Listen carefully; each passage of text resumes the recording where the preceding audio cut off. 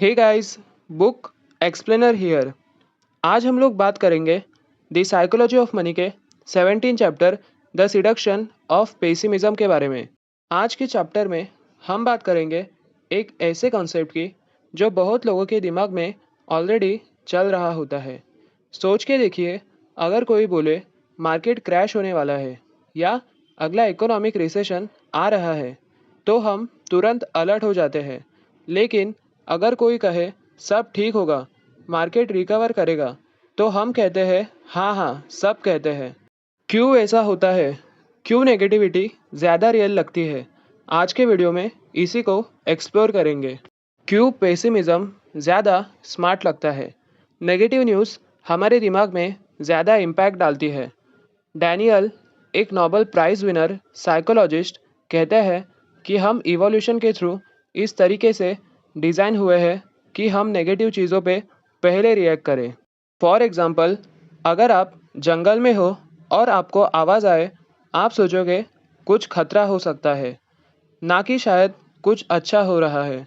इसी वजह से जब कोई कहता है मार्केट क्रैश होने वाला है या रिसेशन आने वाला है, हम तुरंत बिलीव कर लेते हैं। ऑथर कहते हैं हम करंट प्रॉब्लम्स को ज़्यादा ओवर एस्टिमेट करते हैं और ह्यूमन एडेप्टेबिलिटी को अंडर एस्टिमेट। जब 2008 में फाइनेंशियल क्राइसिस आ गया था, लोगों ने सोचा सिस्टम कोलैप्स हो जाएगा। लेकिन क्या हुआ? गवर्नमेंट ने पॉलिसीज़ बदली, बैंक ने रेगुलेशन एक्सेप्ट किया, मार्केट ने रिकवर किया और लोगों ने नए तरीके से इन्वेस्ट करना सीखा। यही होता है एडेप्टेशन। हर इकोनॉमिक प्रॉब्लम के बाद सॉल्यूशंस भी आते हैं। टेक्नोलॉजी, पॉलिसी और माइंडसेट सब इवॉल्व होते हैं। तो जब भी कोई कहता है सब बर्बाद हो जाएगा, सोचिए क्या पास्ट में ऐसा हुआ? और अगर हुआ तो क्या वापस रिकवरी नहीं हुई थी? एक और साइकोलॉजिकल रीज़न, प्रोग्रेस स्लो होती है लेकिन प्रॉब्लम्स इंस्टेंट होती है।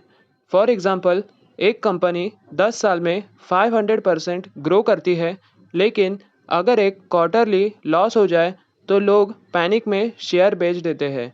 कंपाउंडिंग साइलेंटली काम करता है, लेकिन एक बैड क्वार्टर या क्रैश हेडलाइन बन जाता है। ऑथर कहते हैं growth takes time, destruction is loud and instant. लेकिन जब आप इन्वेस्टिंग करते हो या बिजनेस बिल्ड करते हो, आपको ये याद रखना होता है कि पेशेंस इज़ पावर। अब बात करते हैं ऑप्टिमिज्म की।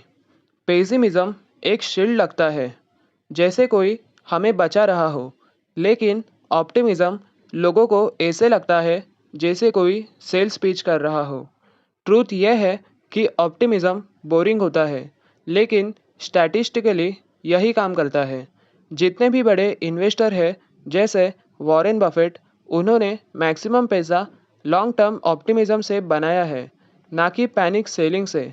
तो अगले बार जब आप किसी से सुनो यार अब तो सब खत्म हो गया है, आप खुद से पूछो क्या सच में, या फिर ये बस एक और साइकिल का पार्ट है। एक रियल लाइफ एग्जाम्पल लेते हैं। आप लोगों ने देखा होगा कोविड के टाइम सब पैनिक में थे, मार्केट 40% क्रैश कर गया। लोगों ने बोला अब इकोनॉमी रिकवर नहीं करेगी, लेकिन 18 मंथ्स के अंदर मार्केट ने रिकॉर्ड हाई टच किया। जिन्होंने पेशेंस रखा उनका पैसा डबल और ट्रिपल हुआ। जिन्होंने डर के मारे निकाल लिया, उन्होंने लॉस बुक किया। यही डिफरेंस होता है ऑप्टिमिज्म और पेसिमिज्म के बीच। तो हमने इस चैप्टर से क्या सीखा? फर्स्ट, पेसिमिज्म इमोशनल होता है but not always logical. Second, media negative news को हाईलाइट करते हैं क्योंकि वो चलता है। थर्ड, प्रोग्रेस स्लो होती है, पेशेंस चाहिए। फोर्थ, ऑप्टिमिज्म बोरिंग लगता है लेकिन रिटर्न्स वही देता है। और लास्ट, फाइनेंशियल हिस्ट्री देखो, लॉन्ग टर्म में ऑप्टिमिज्म जीतता है। तो गाइस, आज के वीडियो में हमने देखा कि पेसिमिज्म कितना टेम्पटिंग लगता है, लेकिन लॉन्ग टर्म में ऑप्टिमिज्म ही हमें फाइनेंशियल सक्सेस की तरफ ले जाता है। प्रॉब्लम्स और सेटबैक्स आएंगे, ये गारंटीड है, लेकिन पेशेंस और कंसिस्टेंट अप्रोच से ही आप अपने गोल्स अचीव कर सकते हो। ये था द साइकोलॉजी ऑफ मनी का चैप्टर 17। अगर आपको ये वीडियो वैल्यूएबल लगा हो तो वीडियो को लाइक करो, शेयर करो और चैनल पे नए हो तो सब्सक्राइब करो। कमेंट्स में बताओ आपने कब लास्ट टाइम पैनिक फील किया था मार्केट में और आपने उस सिचुएशन को कैसे हैंडल किया। मिलते हैं नेक्स्ट चैप्टर में, तब तक के लिए happy reading and happy learning.